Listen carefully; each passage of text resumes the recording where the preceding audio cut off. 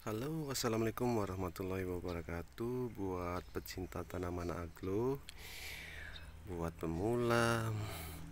Nah, ini saya mau berbagi tips ya, gimana sih buat tanaman aglo yang kita sayang ini bisa tumbuh bagus, bisa sesuai dengan harapan kita ya.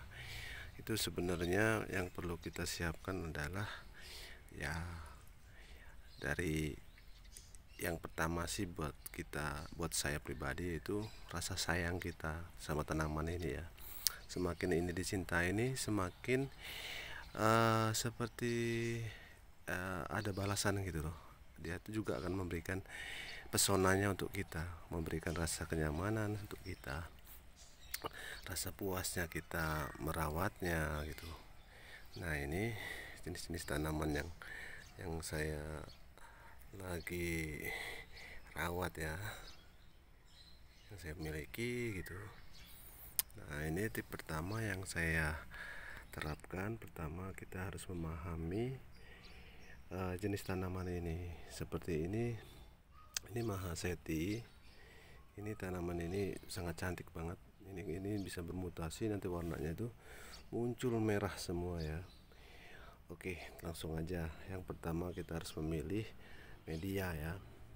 Media itu harus poros, tidak menggenang air atau menyimpan air terlalu lama, terlalu lembab, karena tanaman ini cukup membutuhkan kelembapan. Satu, yaitu saya memilih sekam seperti ini, sekam yang sudah difermentasi. Biasanya saya memilih itu sekam yang sudah berbulan-bulan ya, yang saya simpan di karung seperti itu. Ya, emang agak sedikit ribet ya, kadang-kadang kitanya yang nggak sabar, kita pingin menanam asal-asalan, udahlah yang penting nanti hidup sendiri ya. Semua tanaman pasti hidup gitu, cuman kan di sini juga kita harus bisa memahami karakter tanaman agro ini. Nah, setelah media yang kita pilih, banyak sekali media yang direkomendasikan, bisa menggunakan sekam bakar, kokopit, menggunakan kaliandra, menggunakan apa itu pasir malang, dan pokoknya banyak lah yang dari tutorial yang para ahlinya. Sedangkan kita ini kan pemula ya rekan-rekan. Ini yang pertama media, memang benar-benar media yang saya utamakan, saya lihat untuk pertama.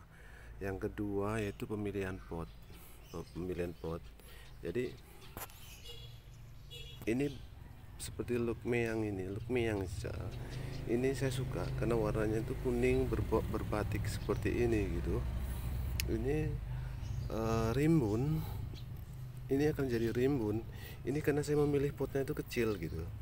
Umumnya kan kalau orang berpikir secara analisa manusia itu, oh dengan media yang pas, dengan pot yang besar, tanaman ini akan membesar ya. Cuman kalau untuk di aglonema ini bagusnya memilih pot itu tidak harus besar gitu, karena akar dari aglonema itu akan berkembang bagus jika kita memilih pot yang kecil. Misalnya ini kan diameter 18 apa ya. Nah, itu mungkin jadi kalau nutrisinya terserap bagus, terus kita mau memupuknya efektif. Kebetulan saya menggunakan, kalau seperti ini saya menggunakan alami, yaitu kohek yang pertama, kotoran kambing yang seperti ini ini ini sengaja kadang-kadang seminggu baru saya lapukin gitu. Jadi memang agak sedikit menjijikkan ya atau mencorok ya, tapi begitu saya nih. Jadi kohek ini saya hancurkan gitu, nanti semakin saya siram ini kan akan masuk ke dalam, jadi kebutuhan sesuai dengan ini. Jadi bukan yang kadang-kadang kita berpikir bahwa dengan pupuk banyak dia akan tumbuh besar ya, itu nggak efektif buat kita karena kita nggak memahami berapa nutrisi yang dia butuhkan gitu. Itu satu, jadi setiap seperti ini saya hancurkan gitu. Maaf, ini pengalaman saya ya. Nah, terus yang kedua setelah media, pemilihan pot, nah yang ketiganya tuh sinar. Aglonema ini tidak membutuhkan banyak sinar matahari cukup 30% ya. Itu biasanya dari jam 7 pagi sampai jam 9. Kalau kita pikirkan ya semua tanaman tetap hidup karena dia bukan beradaptasi. Ketika akar mati karena kepanas atau karena pupuk yang berlebihan, itu akan muncul akar-akar baru lagi, dan akar-akar baru itu juga akan membuat kuat gitu. Jadi direkomendasikan penyinaran kita harus 30%. Aduh, ribet amat ya. Sebenarnya nggak ribet, cuma kita penempatan aja, mungkin bisa di teras gitu aja ya. Nah, dari pemupukan penyinaran, pertama kan kita harus memilih media untuk 2 pot, yang ketiga penyinaran. Nah, penyakit yang biasanya di sini dia adalah strip ya, kutu putih, strip atau bakteri. Itu biasanya kalau bakteri itu nyerang, kebetulan di sini sehat semua sih, nggak ada contoh ya. Itu yang tanaman yang kena jamur ataupun bakteri, biasanya menyerang ke daun-daun gitu, busuk gitu. Nah, setelah itu untuk penggantian media ya diupayakan itu 3 bulan sekali, itu yang lebih cepat. Tapi kalau bisa ya antara 5 bulan gitu. Nah ini ya guys, memang cakep-cakep banget guys.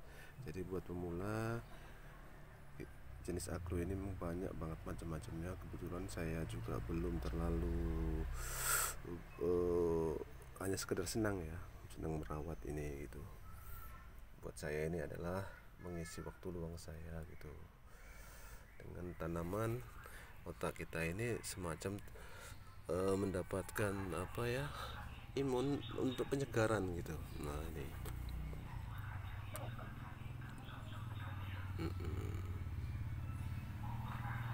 ini Dut White, ini Ruby Chiang Mai, ini Lady Valentine, Striptease, Splash Lady, ini Red Bordeaux, ini Chopraya, ini Golden, ini Striptease, ini Lady Pink.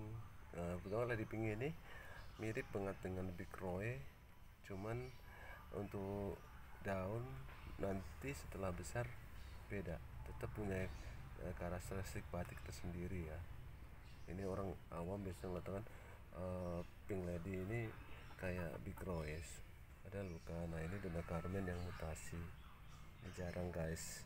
Ini kebetulan dari beberapa Dona Carmen yang saya punya, ternyata ada anakan yang mengalami mutasi seperti ini. Cakep juga sepertinya. Nanti saya pisahkan itu biar bagus. Ada big leaf. Nah, ya gitu aja ya guys. Pokoknya jumpa lagi untuk selanjutnya. Kita tetap di dunia tanaman. Sekali lagi terima kasih, tetap support ya, tetap semangat untuk sharing ilmu. Semoga kedepannya kita pun menemukan satu rasa kepuasan batin dengan memiliki suatu hobi.